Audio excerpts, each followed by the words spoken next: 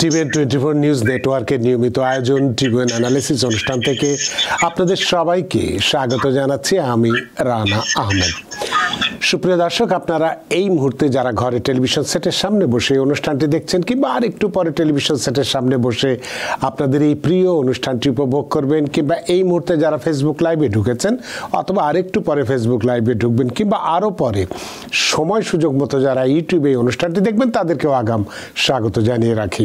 সুপ্রিয় দর্শক, আজকে আমরা ইমিগ্রেশন নিয়ে কথা বলবো। আমরা খুব নিশ্চয়ই আপনারা খেয়াল করে দেখছেন যে নির্বাচন পরবর্তী সময়ে প্রায়শই আমরা যখনই ইমিগ্রেশন নিয়ে কথা বলি, আমাদের প্রেসিডেন্ট ইলেক্টেড ডোনাল্ড ট্রাম্পের যে ইমিগ্রেশন নীতি কী হতে পারে, কোথায় যে ঠেকতে পারে, এই নানান বিষয়গুলো নিয়ে আমরা কথা বলি। সে আজকেও ঠিক তেমনি ট্রাম্পের নির্বাচনী প্রতিশ্রুতি এবং ইমিগ্রেন্ট কমিউনিটির উপর এর প্রভাবটা কতটা পড়তে পারে সেই বিষয়গুলো নিয়ে খুব আমরা কথা বলবো। যে সেখানে যেমন তার খারাপ দিকটি আমরা নিয়ে আলোচনা করব, তেমনি এই প্রভাবের মধ্যে যে ভালো দিকগুলো আছে সেই বিষয়গুলো নিয়ে আমরা কথা বলবো। তার বাইরেও যে হাতে যদি সময় থাকে তাহলে ইমিগ্রেশনের রেকর্ড রাখার গুরুত্ব কেন এতটা জরুরি সেই বিষয়টি নিয়ে আমরা কথা বলবো, এবং কিভাবে গ্রিন কার্ড নবায়ন বা এক্সটেনশন করা যায় সেটা নিয়েও কথা বলবো যদি এটা হাতে সময় থাকে। সুপ্রিয় দর্শক, এর বাইরেও আপনাদের তো ইমিগ্রেশন সংক্রান্ত নানান প্রশ্ন থাকাটাই স্বাভাবিক। সেই প্রশ্নগুলো করবার জন্য আমাদের টেলিভিশনের স্ক্রিনে যে টেলিফোন নম্বরটি ভেসে উঠেছে, তারপরেও আমি বলে দিচ্ছি 6463079828 এই নম্বরে ফোন করতে পারেন, কিংবা যাদের ফোন করতে একান্তই অসুবিধা হয় তারা আমাদের ফেসবুকেও প্রশ্ন রাখতে পারেন। সবগুলো প্রশ্নের উত্তর দেওয়ার চেষ্টা করবো, এবং ইত্যকার এই সমস্ত বিষয়ে আলোচনা করবার জন্য আজকে আমাদের স্টুডিওর সঙ্গে সংযুক্ত হয়েছেন আমাদের সকলের প্রিয়জন, প্রিয় মানুষ, প্রিয় আইন বিশারদ জনাব Mohammad N Majumdar, master of laws এবং কমিউনিটি লিডার। জনাব মোহাম্মদ এন মজুমদার, আপনাকে স্বাগত। আপনাকে অসংখ্য ধন্যবাদ অত্যন্ত সুন্দর সাবলীল উপস্থাপনার জন্য। আপনাকে অসংখ্য ধন্যবাদ যে সারাদিনের ব্যস্ততা, কর্মক্লান্তি সবকিছু উপেক্ষা করে আমাদের স্টুডিওর সঙ্গে আজকে সংযুক্ত হয়েছেন, এবং কি বিষয় নিয়ে কথা বলবো সেটাও আপনি ইতিমধ্যে শুনেছেন। তো সে কারণে প্রথমেই আপনার কাছে যে বিষয়টি নিয়ে আজকে আমরা আলোচনা করতে চাই, যে এই নির্বাচনের সময় আমরা দেখেছি প্রেসিডেন্ট ট্রাম্প তিনি অনেকগুলো, বিশেষ করে 7টা প্রতিশ্রুতি দিয়েছিলেন যতদূর আমার মনে পড়ে। তো সেসবগুলো নিয়ে আমরা কথা বলবো না। আমরা কথা বলতে চাই যে ট্রাম্পের এই নির্বাচনী যে প্রতিশ্রুতির মধ্যে ইমিগ্রেন্ট যে বিষয়টি ছিল, যে ইমিগ্রেশন নিয়ে যে বিষয়টি ছিল, বা ইমিগ্রেন্টদেরকে নিয়ে যে বিষয়টি দিয়ে ছিল, কমিউনিটির উপরের কতটা প্রভাব বিস্তার করবে। আপনি জনাব মজুমদার, আপনি এই দেশের মূলধারা রাজনীতির সঙ্গে জড়িত এবং ডেমোক্রেটিক পার্টির সাথে জড়িত আছেন। আপনার কাছে আমি জানতে চাইব যে সমস্ত স্টেটে, যেগুলো রিপাবলিকান স্টেট, লাল স্টেট, সেগুলো আমরা জানি ব্লু স্টেট হিসেবে খ্যাত, অর্থাৎ ডেমোক্রেটদের যেগুলো সংখ্যাগরিষ্ঠতা থাকে, সেই সমস্ত স্টেটগুলোর উপরে এই প্রেসিডেন্ট ট্রাম্পের ইমিগ্রেশন নীতিটার কতটা প্রভাব বিস্তার করতে পারে সেটি নিয়ে আপনি কথা বলবেন। তারপরে যে বিষয়টি আপনার কাছে জানতে চাইব, যে প্রেসিডেন্ট ইলেক্ট ডোনাল্ড ট্রাম্পের যে ইমিগ্রেশন যে নীতি বা ইমিগ্রেন্টদের উপরে তার যে খড়গ, যেটা যাই বলি না কেন, সেটার একটা যেমন খারাপ দিক আছে বলে অনেকেই আমরা মনে করছি, কিন্তু তার থেকেও বেশি ভালো দিকগুলো আছে। সেই বিষয়গুলো নিয়ে আপনার কাছে জানতে চাইব। প্রথমেই আপনার কাছে জানতে চাইব যে এই ব্লু স্টেটগুলোর উপরে বা এই ইমিগ্রেন্টদের উপরে তার কি প্রভাব পড়তে পারে বলে আপনি একজন মনে করছেন। প্রথমে সেই বিষয়টা জানতে চাই জনাব N Majumdar. Thank you Rana ভাই, অত্যন্ত সুন্দরভাবে উপস্থাপন করার জন্য।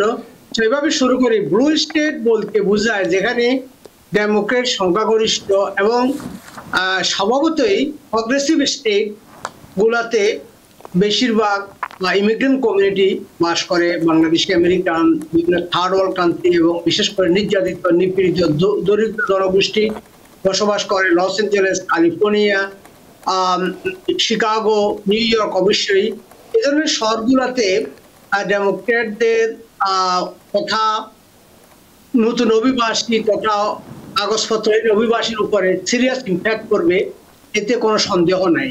এখন কথা হচ্ছে সেই ইম্প্যাক্টটা কিভাবে আমরা হ্যান্ডেল করব এবং ইম্প্যাক্ট কাদের উপর করবে। আমি নাম্বার 1 বলবো প্রেসিডেন্ট ট্রাম্পের লিস্টে আছে, যেমন নির্বাচনী প্রস্তুতিতে আছে, যারা এখানে অবৈধ আছেন এট দি সেম টাইম ক্রাইম করেছে এবং যাদের কোনো লিগ্যাল রিমেডি নাই, অর্থাৎ যাদের পক্ষে কোনো সাস্টেইনেবল কোনো ভালো কোনো মামলা পেন্ডিং নাই, তাদেরকে ইমিডিয়েটলি ডিপোর্ট করা যাবে। আবার এখানে দেখা যায় মিক্সড ফ্যামিলি অর্থ এইরকম, যেমন ফ্যামিলির একজনের গ্রিন কার্ড আছে, একজন সিটিজেন আর দুইজন অবৈধ কাগজপত্র নেই। সুতরাং there is a problem. So সিটিজেনদের ইন্টারেস্টে তারা ক্লোজলি অ্যাটাচ, সেখানে এদেরকে ডিপোর্ট করা অলমোস্ট ইম্পসিবল প্রেসিডেন্ট ট্রাম্পের এই 5 বছরের সময়ে। সেটা হলো এই লোকগুলো এভাবে নেহার বা নিস্তার পেয়ে যাবে। আরেকটা কথা আজকে ভেরি সিরিয়াসলি বলতে চাই, সেটা হলো দেখা গেল আনরিলেটেড ম্যাটার, যেমন কোনো ইমিগ্রেশন ম্যাটারের না, অন্য কোনো বিষয়ে আমাদের অনেক লোক অ্যারেস্ট হয়ে যায়। যেমন দেখা গেল একজনের সাথে মারামারি করতে গিয়ে আপনি অ্যারেস্ট হলে স্টেট ল হচ্ছে, আপনি স্টেট ল এর আওতায় আপনি অ্যারেস্ট হবেন, বিচার হবে এবং বিচার প্রক্রিয়া শেষে আপনাকে ফেডারেল কোর্টে সোপর্দ করা হবে যদি আপনি গ্রিন কার্ডধারী না হয়ে থাকেন বা অবৈধ অভিবাসী হয়ে থাকেন। এখন দেখলেন, এখন আপনি সমস্যা করছিলেন, একটা সমস্যার সৃষ্টি হয়েছে এখন আরেকটা।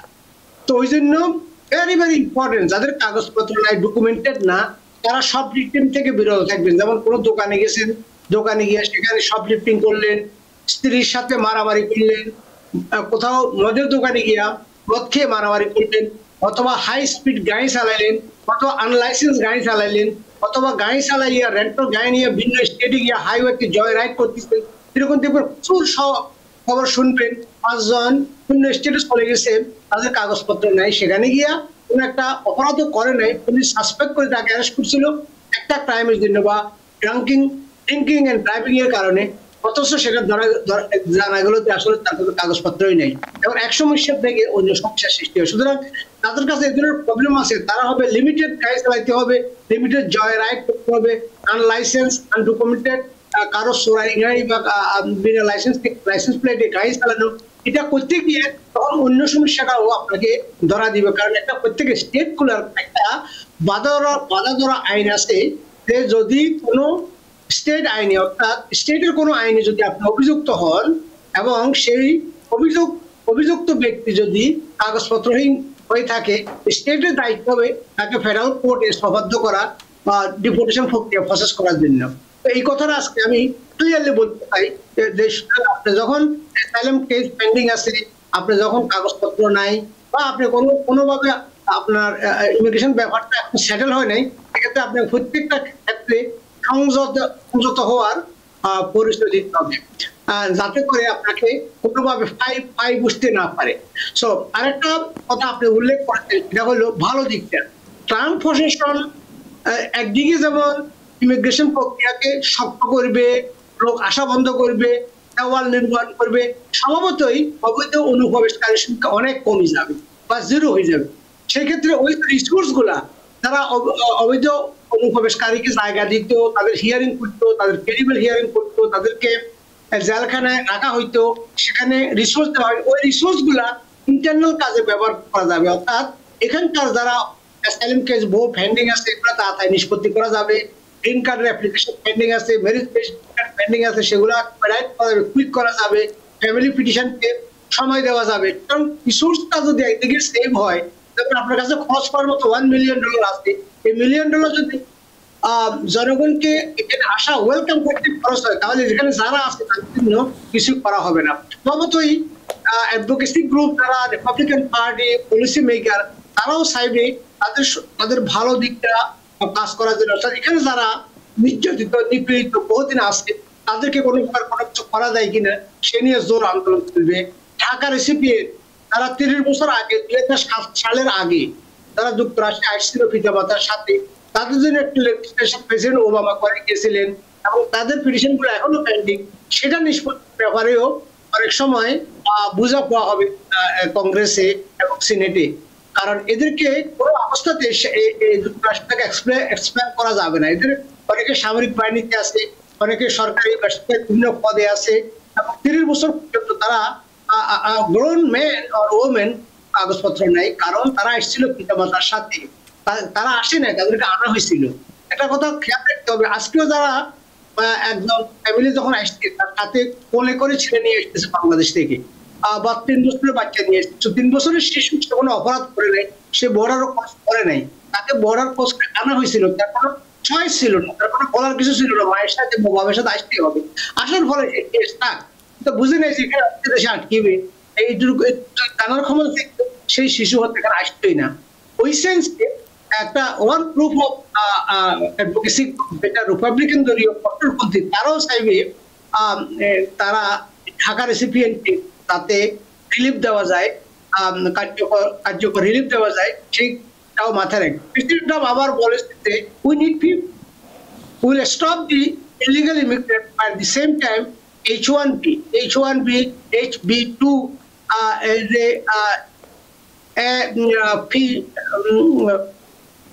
EB3, এমপ্লয়মেন্ট বেসড, যে সমস্ত কর্মী রাষ্ট্রের drug chain, food chain, territorial food কারবার, ফুড মেকার, প্রচুর হাজার হাজার কর্মী যুক্তরাষ্ট্রে প্রয়োজন হয়। এই কর্মীসমূহের গ্যাপ কমানোর জন্য, কর্মী সংগ্রহের জন্য সারা পৃথিবীতে তখন লিগেলি বহু লোক আসার সম্ভাবনা বেড়ে যাবে। লিগেলি গ্রিন কার্ড নিয়ে মানুষ আসবে, কারণ এখানে আমাদের কর্মীর দরকার। এবং যুক্তরাষ্ট্রের মেশিনারি, যুক্তরাষ্ট্রের বিভিন্ন ইন্ডাস্ট্রি, রেস্টুরেন্ট, ডাউনটাউনের রেস্টুরেন্ট গুলা চালু রাখতে হলে ইমিগ্রেন্ট কমিটির প্রয়োজন হবে এবং প্রত্যহ প্রয়োজন হবে। কারণ আজকে যদি 10,000 লোক রিটায়ার্ড হয়, সেই 10,000 লোককে রিপ্লেসমেন্ট করার মতো কর্মী বাহিনী যুক্তরাষ্ট্রের সৃষ্টি হয় না। যারা এখানে বর্ন হয়, যারা এখানকার আমেরিকান, একটা এক শ্রেণীর কাজ তারা কখনো নেয় না। যেমন রেস্টুরেন্টে, বোদেগায়, ডেলিভারি বয়, ফুড চেইনে কাজ করার মতো লোকের অভাব, এগ্রিকালচারাল ফিল্ডে প্রচুর লোকের অভাব থেকেই থাকে। এইটুকু ছিল আমার ইন্ট্রোডাকশন, রানা ভাই। বিষয়টি আপনি মোটামুটি ভাবে ব্যাখ্যা করছেন এবং আপনার এই ব্যাখ্যার মধ্য দিয়ে যেটুকুন আমি বুঝতে পেরেছি, বা হয়তো আমাদের দর্শকরাও নিশ্চয়ই বুঝতে পেরেছেন, যে সবাই যেটা বলছে যে প্রেসিডেন্ট ইলেক্টেড ডোনাল্ড ট্রাম্প নির্বাচিত হওয়ার পর, এবং তিনি নিজেও বলেছেন যে ডে 1 অর্থাৎ 20শে জানুয়ারি তিনি যখন ক্ষমতা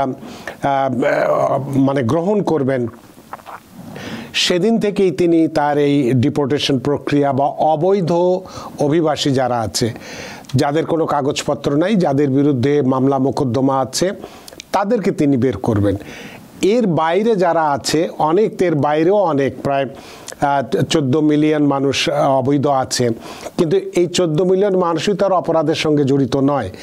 তাদের মধ্যে অল্প কিছু সংখ্যক মানুষ জড়িত আছেন। এবং আমরা স্ট্যাটিস্টিক যদি দেখি, প্রেসিডেন্ট ট্রাম্প 17 থেকে 21 অর্থাৎ 16 থেকে 20 যে সময়কালে তিনি মাত্র 1.5 মিলিয়ন মানুষকে ডিপোর্ট করেছিলেন। তাহলে যেখানে অনেক বেশি মানুষ রয়ে গেছে অবৈধ, তাদের চিন্তা করার কোনো কারণ নেই। অবৈধ বলতে আমরা বোঝাচ্ছি যে তারা হয়তো তাদের গ্রিন কার্ড নেই, কাগজপত্র পুরোপুরিভাবে নেই, কিন্তু তারা এখানে কোনো মামলা করে আছে, তাদের ওয়ার্ক পারমিট আছে, তারা সোশ্যাল আছে, ইত্যাদি ইত্যাদি, তারা কাজ করার অনুমতি আছে, তারাও অপরাধের সঙ্গে জড়িত নয়, তাদের জন্য কোনো রকম ভয়ের কারণ নেই। সেটাই তো আপনি বোঝাতে চাচ্ছেন। শিওর, এছাড়া আরেকটা কথা আমি অ্যাড করতে চাই, due process of law. Due process of law হচ্ছে ইউএস কনস্টিটিউশনের ম্যান্ডেটরি একটা প্রভিশন, অর্থাৎ life, liberty and property interest যদি একজন লোক থেকে ছিনিয়ে নিতে হয়, তাদেরকে আইনি প্রক্রিয়ার আওতায় নিতে হয়। যদি ধরুন একটা লোক অপরাধী যুক্তরাষ্ট্রে আসছে, যুক্তরাষ্ট্রের ল্যান্ডে যদি প্রবেশ করে থাকে, তাহলে সে ডিউ প্রসেস এন্টাইটেল, তাকে আদালতে সোপর্দ করতে হবে, আদালতে সোপর্দ বিচারাধীন নিতে হবে, যদি তারা আইনজীবী না থাকে আইনজীবী দিতে হবে।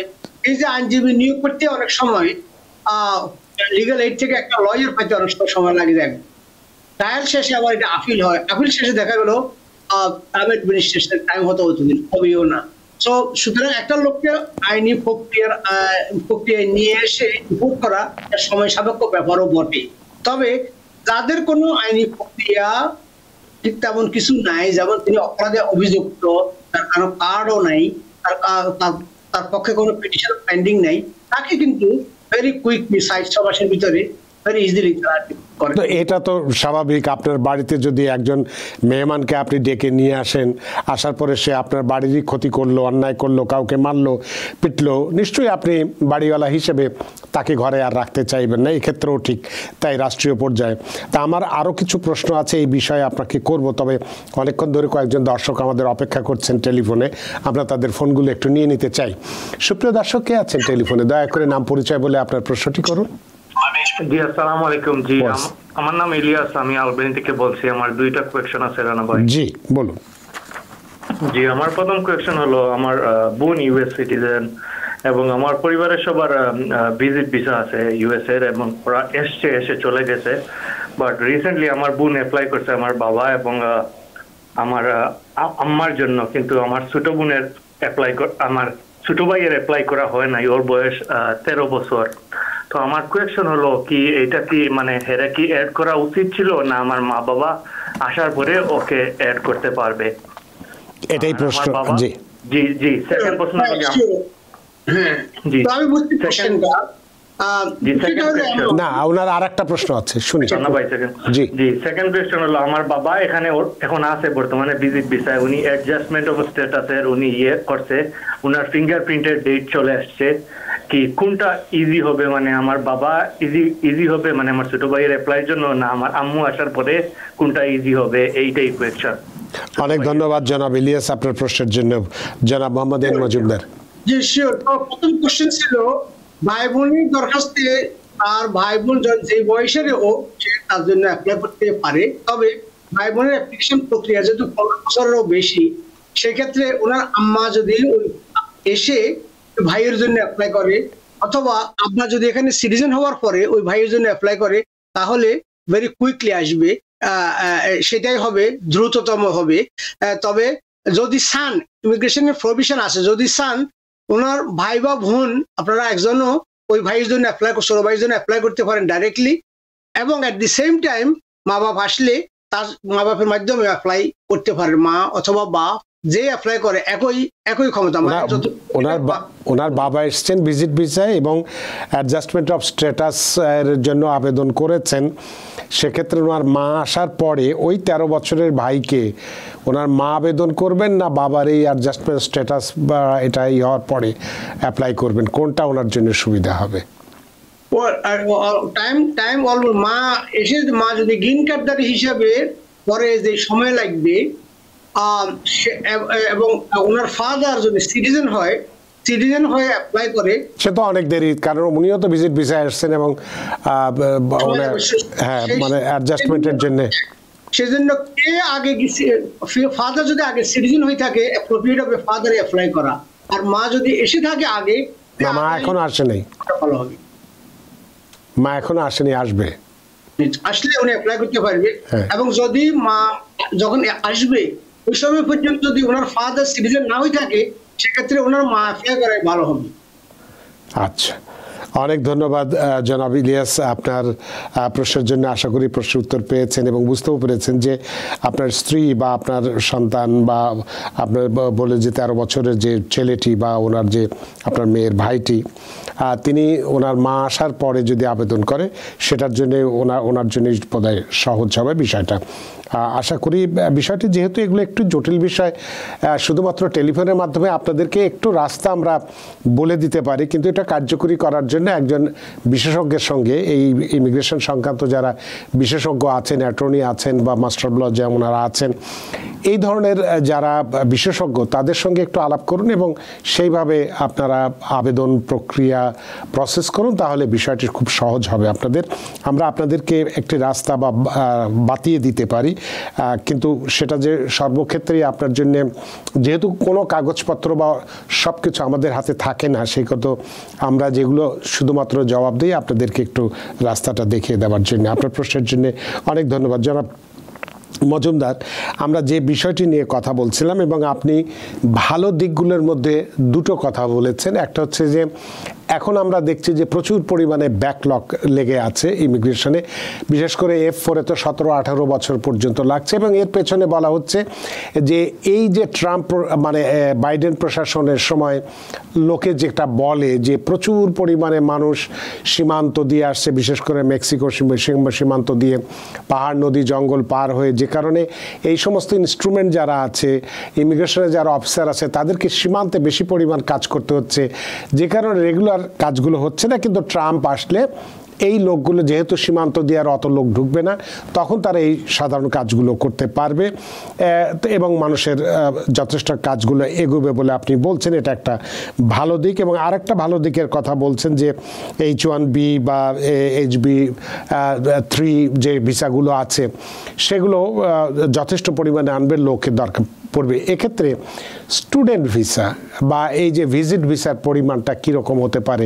আমরা তো জানি যে এই আমাদের ট্রাম্প প্রশাসন প্রচুর পরিমাণে স্টুডেন্টদেরকে এই দেশে আনতে চান এবং যারা EB1 বা EB2 EB3 ভিসা যারা কেপাবল তাদেরকেও তিনি আনতে চান। এই ব্যাপারে আপনার কাছে কি সুখবর আছে? সে সুখবর, এই ধরনের প্রক্রিয়া একদিকে ত্বরান্বিত হবে, অন্যদিকে যেটা প্রথম থেকে বলছিলাম, অবৈধ অনুপ্রবেশকারী যারা যেভাবে আসার পরে তারা কিন্তু অড জবগুলা, রেস্টুরেন্টের কাজগুলা, ডেলিভারির কাজগুলা, বাগানের কাজগুলা, বাসাবাড়ির কাজগুলা, কনস্ট্রাকশনের কাজ, কঠিন কনস্ট্রাকশন, হিউজ ইন্ডাস্ট্রি এখানে কাজগুলা করে থাকে। তখন ওই স্রোতের লোকগুলো যখন আসবে না, ওই জবের স্লট গুলা ফিল আপ করার জন্য যুক্তরাষ্ট্রের জব মার্কেটে প্রচুর চাহিদা সৃষ্টি হবে।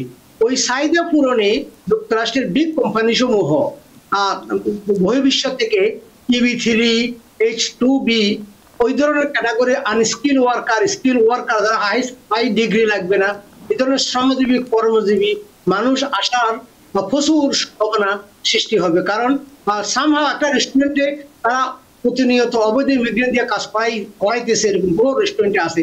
যদি অবৈধ ইমিগ্রেন্ট অনুপ্রবেশ বন্ধ হয়ে যায়, প্লটগুলা কিন্তু সামহাও ফিল আপ করতে হবে এবং সেটা প্রেসিডেন্ট ট্রাম্পের মাথায় আছে। এবং কোম্পানি সমূহ দেশের অর্থনীতির চালিকা শক্তি হচ্ছে বিজনেস, কর্মসংস্থানের চালিকা শক্তি হচ্ছে বিজনেস, রেভিনিউর চালিকা শক্তি হচ্ছে বিজনেস।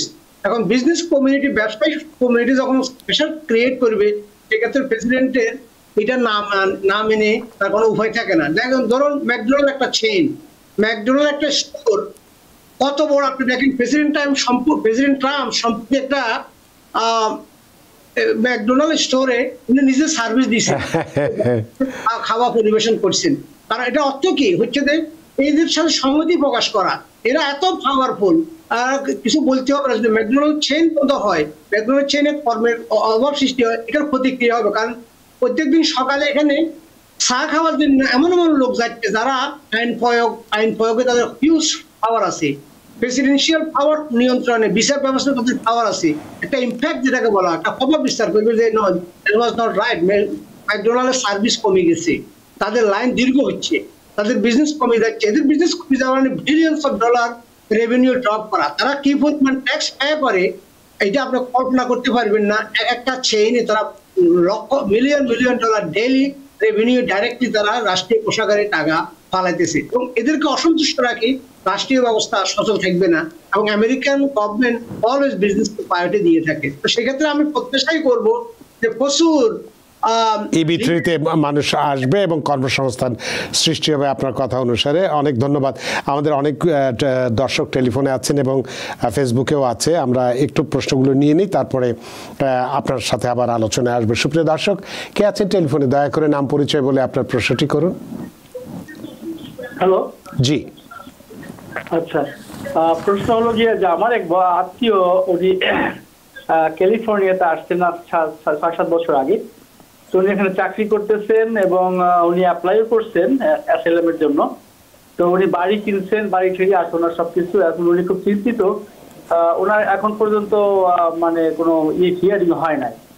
তো উনি খুব দুশ্চিন্তার মধ্যে আছেন যে এই অবস্থায় তার কি অবস্থা হবে। মানে বর্তমান যে সিচুয়েশন, ডোনাল্ড ট্রাম্পের আমলে উনি বলছেন আর কি বের করে দিবেন, এতে কি কোনো সমস্যা হবে? না, আপনার প্রশ্ন আমরা বুঝতে পেরেছি।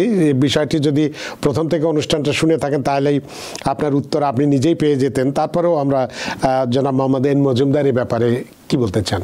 শিওর, হ্যাঁ, এই ধরনের এই পরিস্থিতি আমরা ইতিপূর্বে মোকাবিলা করেছি। যারা পুরাতন অভিবাসী, অনেকে মনে আছে যখন টুইন টাওয়ার ধ্বংসের পরে 9/11-এর পরে প্রেসিডেন্ট বুশ তখন রাষ্ট্রপ্রধান ছিলেন, প্রচুর অভিবাসী ডিপোর্টেশনের সম্মুখীন হয়েছেন, ডিপোর্টেশন ফাইনালাইজ হয়েছে। তাদেরকে এখন ডিপোর্টেশন যখন ফাইনালাইজ হয় তখন ব্যাগেজ গুটানোর জন্য সময় দেওয়া হয়। তখন একটা পিটিশন দেওয়া হয় যে আমি ব্যাগ গুটাবো কিভাবে, আমার $1 মিলিয়ন প্রপার্টি আছে। তখন সম্পত্তিটা বিক্রি করে টাকা নেওয়ার জন্য টাইম বরাদ্দ করা হয়। সুতরাং আপনি যদি বৈধ থাকাকালীন অর্থাৎ অ্যাসাইলাম পেন্ডিং থাকাকালীন বাড়ি কিনে থাকেন, সেই বাড়িটা আপনার মালিকানা আছে, সেটা বিক্রি করে নেওয়ার কত সময়ও আপনাকে দেওয়া হবে। এবং এটাকে বলে স্ট্রিং অ্যাটাচ। স্ট্রিং অ্যাটাচ এটাকে বলা হয়, তো একটা লোক যেমন একটা লেসা লাগাই রাখছেন আপনি, এখন আপনার এই বাইরে এই সমস্যার জন্য মর্টগেজ আছে, একটা ব্যাংকে আপনার কাছে লোন বাকি আছে 7 লক্ষ, এখন আপনাকে বিদায় করে দিলে এখন ব্যাংকের টাকাটাও সে পাবে না। সুতরাং এই ধরনের একটা এটাকে বলে হার্ডশিপ মোশন করা হবে আদালতের কাছে। আদালত দেখেন এই লোকটাকার ডিপোজিশনটা ডেফার্ড করা হোক, অর্থাৎ স্থগিত করা হোক অনির্দিষ্টকালের জন্য, until he paid off his mortgage, until he or sell his house. তো এটা মানবিক দৃষ্টিকোণ থেকে এটা অ্যানাদার কজ। এটা অনেকে মনে করে বাড়ি থাকাতে আমার ক্ষতি হবে, বাড়ি থাকাতে ভালো হবে। এটা আইনের ভাষায় বলা হয় স্ট্রিং অ্যাটাচ, অর্থাৎ সুতায় আবদ্ধ করে রাখছেন আপনি, ছিলে দিয়ে রাখছেন আপনাকে ওই বাড়িটাতে। তো সুতরাং it is a good news. উনি বাড়ি কিনে আমরা হাইলি এনকারেজ করবো, যারা অ্যাসাইলাম ফাইন্ডিং আছে এখনো শুধুমাত্র সোশ্যাল সিকিউরিটি আছে, আপনি বাড়ি কিনতে পারেন এবং বাড়ি নিঃশব্দে বাড়ি কিনেন। কারণ আপনার সম্পদ যুক্তরাষ্ট্র এমন অমানবিক রাষ্ট্র না যে আপনার এখন টাকাগুলো রাখি দিয়ে মর্টগেজ লোন রাখি দিয়ে আপনাকে কিক আউট করে দিবে। এটা ব্যানানা রিপাবলিক না, এখানে আইনের শাসন আছে। সুতরাং আমি বলবো অলওয়েজ, কারণ আমরা এটা ব্রুশ প্রশাসনের 4 বছর আমরা প্রত্যক্ষ করেছি। ব্রুশ ওয়াজ ভেরি অ্যাংরি, কারণ বুশ দেখলো যে বুশকে বোঝানো হচ্ছে যে মুসলমানরা টুইন টাওয়ার ধ্বংস করছে, ইমিগ্রেন্টরা ধ্বংস করে দিচ্ছে, তাদেরকে তারাও বিতাড়িত করো। ওই সময় একটা পরিস্থিতি প্রান্থমিক পরিস্থিতি বিরাজমান ছিল। বাট কাউকে তার ভাইগরকে ছিন্ন করে রাখি দিয়ে, মর্টগেজের চিহ্ন রেখে দিয়ে এরকম অমানবিক কাজ এখানে করবে না। আপনারা নিঃসন্দেহে বাইক কিনবেন, মর্টগেজ পেমেন্ট করবেন, মালিকানা রাখবেন, এতে কোনো সন্দেহ নেই।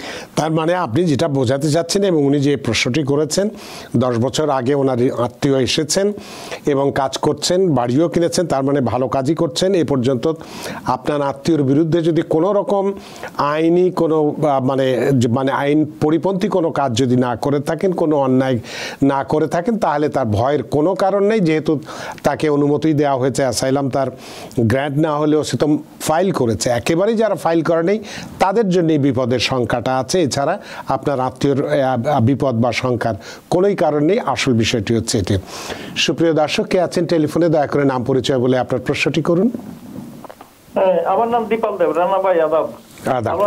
জি, আমি ওনার কাছে একটি প্রশ্ন করতেছিলাম। আমার মা 2018 সালে আমি সিটিজেন, আমি এখানে আমেরিকাতে আনছিলাম, আনার পরে উনি 1.5 বছর পরে উনি গেছিল বাংলাদেশে।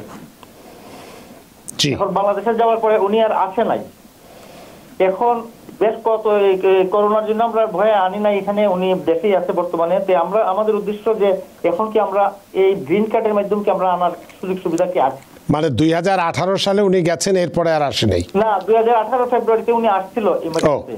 তারপরে 19 সেপ্টেম্বরে, আগস্ট সেপ্টেম্বরে গেছে কি আর কি আবার। জি জি, এখন উনি ওনার যে গ্রিন কার্ডটা আছে সেটা দিয়ে আসতে পারবে কিনা, এটি হচ্ছে আপনার প্রশ্ন। অনেক ধন্যবাদ জনাব দীপক আপনার প্রশ্নের জন্য।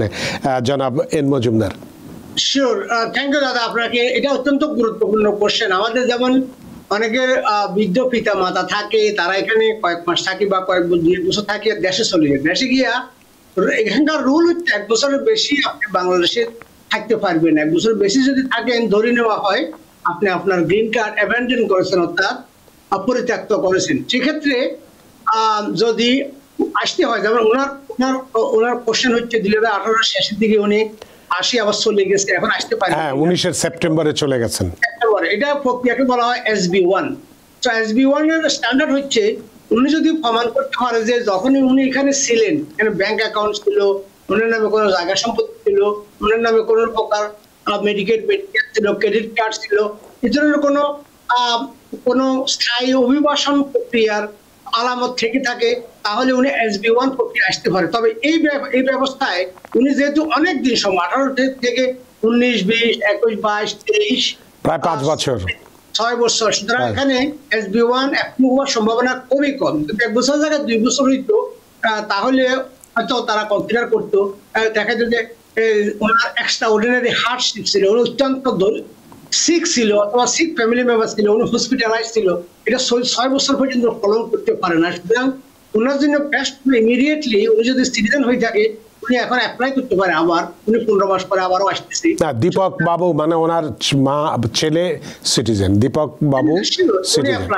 উনি যদি ওনার মাইগ্রেন এখন আবার অ্যাপ্লাই করে, রিঅ্যাপ্লাই করে, আবার গ্রিন কার্ড নিয়ে উনি আসতে পারবে। আগের প্রক্রিয়াকে S1 প্রক্রিয়া পয়সা খরচ না করে নতুন করে অ্যাপ্লাই করে ভালো হবে। অনেক ধন্যবাদ জনাব দীপক। আশা করি প্রশ্ন উত্তর পেয়েছেন যে যেহেতু 6 বছর, কারণ গ্রিন কার্ডের নিয়ম হচ্ছে 6 মাস বা সর্বোচ্চ 1 বছর, তো অথবা যদি আপনি আবেদন করে যান সর্বোচ্চ 2 বছর পর্যন্ত আবেদন। আপনার এই ক্ষেত্রে কোনোটি হয়নি সেহেতু এখন আর ওই যেটা বললেন SB1-এর ক্যাটাগরিতেও পড়ছে না, সুতরাং আপনি যেহেতু সিটিজেন আপনার মায়ের জন্য যদি আবার আবেদন করেন তাহলে আসাটা সহজ হবে। আপনার প্রশ্নের জন্য অনেক ধন্যবাদ। আমাদের আরও প্রশ্ন আছে, ফেসবুকেও প্রশ্ন আছে, আমরা সেই প্রশ্নগুলো উত্তর দেব, তবে একটি বিরতি নিতে চাই, বিরতির পরে সেই কথাগুলো বলবো। সুপ্রিয় দর্শক, আমরা কিন্তু আজকে আলোচনা করছি ট্রাম্পের এই নির্বাচনী প্রতিশ্রুতির ক্ষেত্রে ইমিগ্রেন্ট কমিউনিটির উপরে কী ধরনের প্রভাব পড়বে, ভালো এবং মন্দ, এই দুটো বিষয়ে আমরা আলোচনা করছি এবং শেষে যে আমরা কনক্লুশন ড্র করতে চাইব যে কোনটির পাল্লা ভারী সেটির ক্ষেত্রে। তো নিচ্ছে একটি ছোট্ট বিরতি, সে পর্যন্ত আমাদের সাথেই থাকুন। সুপ্রিয় দর্শক, বিরতির পর ফিরে এলাম আপনাদের প্রিয় অনুষ্ঠান টিভিএন অ্যানালিসিসে। আজকের অতিথি জনাব Mohammad N Majumdar, master of laws এবং কমিউনিটি লিডার, এবং আপনাদের সাথে রয়েছে আমি রানা আহমেদ। আমাদের বিরতির আগে বলেছিলাম আরও অনেকেই টেলিফোনে আছেন এবং একটা ফেসবুকে প্রশ্ন আছেন। টেলিফোনে যিনি আছেন তার প্রশ্নটি একটু পরে নিব, আমি একটু ফেসবুকের প্রশ্নটি নিতে চাই। জাহিন ইসবাত চৌধুরী, উনি লিখেছেন যে আমার ফ্যামিলি ভিসা হয় জুন 2024, তো ভিসা পাওয়ার পর গ্রিন কার্ড ফিস দেওয়া হয়। তারা কিন্তু নিউ ইয়র্ক আসেন সেপ্টেম্বর 2024, বাট সেটি গ্রিন কার্ড আসে নাই। আসার 2.5 মাস পরেও প্রায় 3 মাস হয়ে যাচ্ছে, এখনও তারা এটা পায়নি। কি করবেন দয়া করে একটু জানাবেন। এ ব্যাপারে আপনার কি প্রশ্ন, উত্তরটা কি হতে পারে? শিওর। সো আপনার ফর্ম I-90 ফাইল করতে হবে। তবে এখানে সমস্যা হচ্ছে যেহেতু আপনি গ্রিন কার্ড ফি দিয়েছেন, আপনি বিনা ফিতেই গ্রিন কার্ড আবার হওয়ার যোগ্য। অধিকাংশ ক্ষেত্রে দেখা যায় আপনার গ্রিন কার্ড হয়তো মেল করেছে, আপনি পান নাই, অথবা মেল করেছে সেটা পিয়ন অন্য কোনো মেল বক্সে ডেলিভারি দিয়েছে। এক্ষেত্রে একটা কথা উল্লেখ করতে চাই, একটা মেল বক্স রুল হচ্ছে প্রত্যেকটা মেল বক্সে যেন যিনি রিসিপিয়েন্ট, যারা এই বাসায় থাকে তাদের নাম যেন লেখা থাকে। অনেক ক্ষেত্রে দেখা যায় অত্যন্ত গুরুত্বপূর্ণ ডকুমেন্ট হলে ইনস্ট্রাকশন হচ্ছে ওই ডকুমেন্টটা দেওয়ার আগে ওই মেল বক্সে রিসিপিয়েন্ট যিনি রিসিভ করছে তার নাম যদি লেখা না থাকে তারা ওখানে দেয় না, তখন ফেরত দেয়। ফেরত গেলে ফ্যাসিলিটি বই থাকে এবং ফাইতে বিলম্ব হয়। সুতরাং মেল বক্সের উপরে নাম রাখা অত্যন্ত গুরুত্বপূর্ণ, বিশেষ করে যারা গুরুত্বপূর্ণ ডকুমেন্ট এক্সপেকটেশন করতেছেন, প্রত্যাশা করছেন। আপনার ক্ষেত্রে আপনি I-90 ফাইল করতে হবে, দুইভাবে করতে পারেন। একটা বিনা ফিতে করতে পারেন, আপনার লাখ ভালো হলে যদি আগের গ্রিন কার্ডটা ডেস্ট্রয় না করে থাকে, অনেক সময় তারা নির্দিষ্ট সময়ের পর কেউ না নিলে এটা ডেস্ট্রয় করে ফেলে, তাহলে আপনাকে ওই গ্রিন কার্ডটা দিতে পারবে বিনা ফিতে। আবার অনেক ক্ষেত্রে দেখা যায় তারা গ্রিন কার্ড ডেস্ট্রয় হয়ে গেছে, আর একটা প্রডিউস করতে হলে গ্রিন কার্ডের ফি দিতে হবে 540, সে ফি নিয়েই আপনাকে ফাইল করতে হবে। শুধু আমি সবাইকে আমরা অ্যাডভাইস করি যে ফি দিয়েই করেন, কারণ যদি আবার ফি না দিয়ে করেন ওইটার উত্তর আসতে লাগবে আরো 1 বছর। আপনি গ্রিন কার্ড তো আপনার এখনই দরকার, সুতরাং পুনরায় ফি দিয়ে করেন। এবং লাইক রানা ভাই আগেই বলেছেন, এই ক্ষেত্রে আপনি আপনার কোনো আইনজীবীর মাধ্যমে, এক্সপার্টের মাধ্যমে বসে জিনিসটা করেন। আবার আপনি আরেকটা ভুল ফর্ম ফিল আপ করবেন না, কারণ এই আজকে আলোচনার বিষয় আমি রাখছিলাম এই জন্য, কারণ একটা I-90 একটা ফর্ম, কিন্তু এটা গ্রিন কার্ড রিপ্লেসমেন্টের জন্য করতে হবে।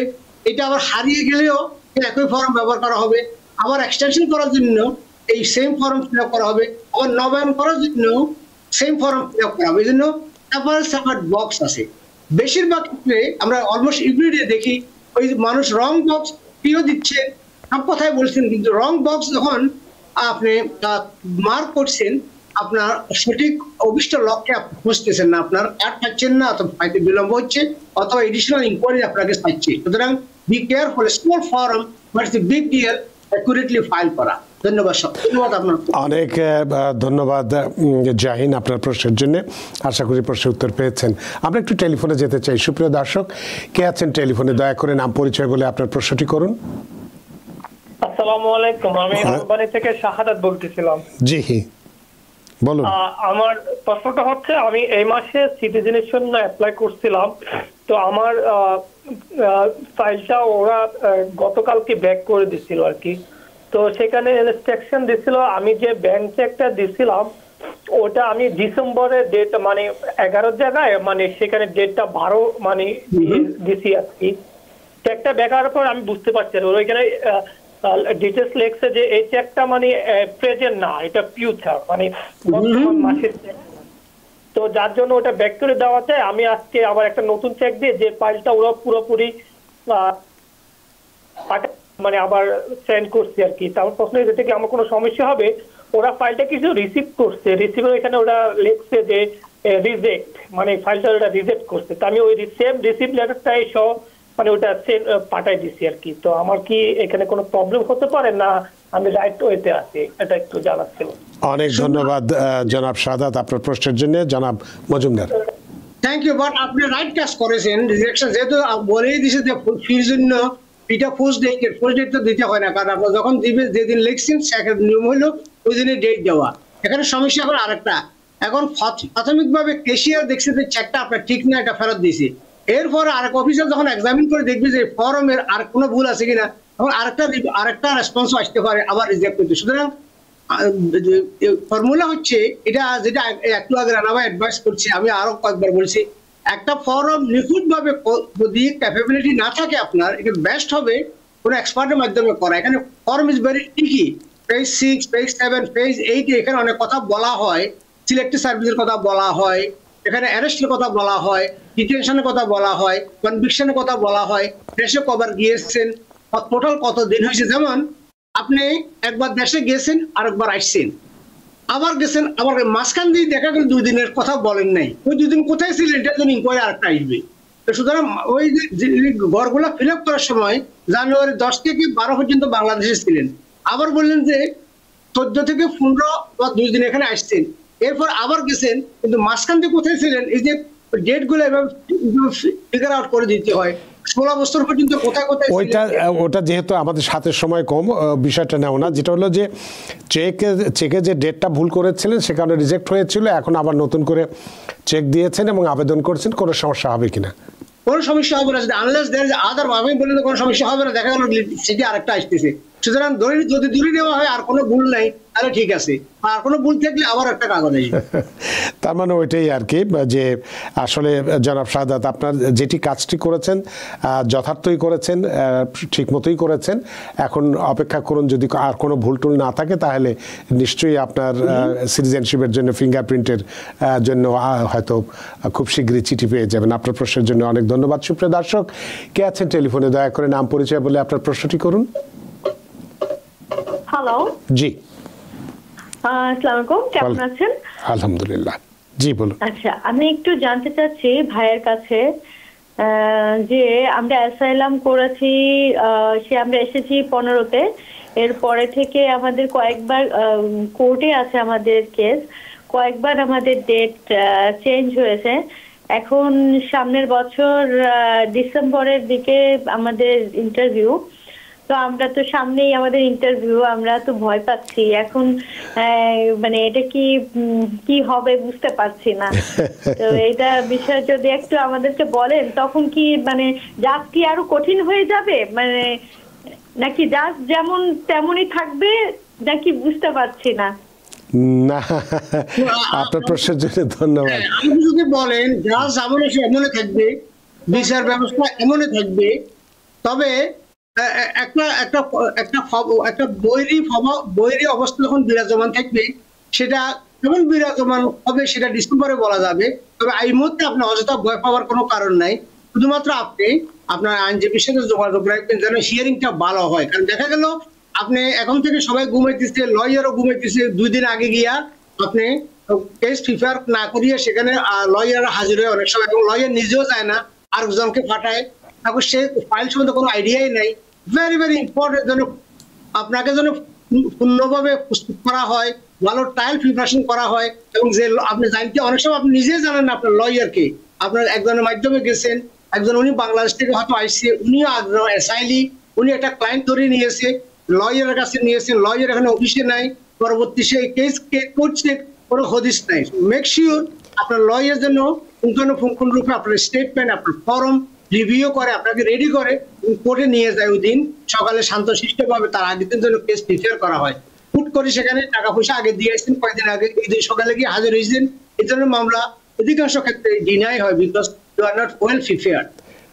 এটাই হলো কথা। আসলে আপনি যে প্রশ্নটি করেছেন, আপনার তথ্য উপাত্ত যা দিয়েছেন, যখন আপনাকে কেসের জন্য ডাকা হবে, ডিসেম্বরে বললেন ডাকা হবে, সবগুলো তথ্য যা দিয়েছেন এবং যেটা বলবেন সেটার মধ্যে যেহেতু কোনো রকম গড়মিল না থাকে, এটাই হলো আসল। তো সুতরাং ডিসেম্বরে আপনার ইন্টারভিউ আছে, কোনো ভয়ের কোনো কারণ নেই। এই দেশে জাজরা কখনো অবিচার করে না।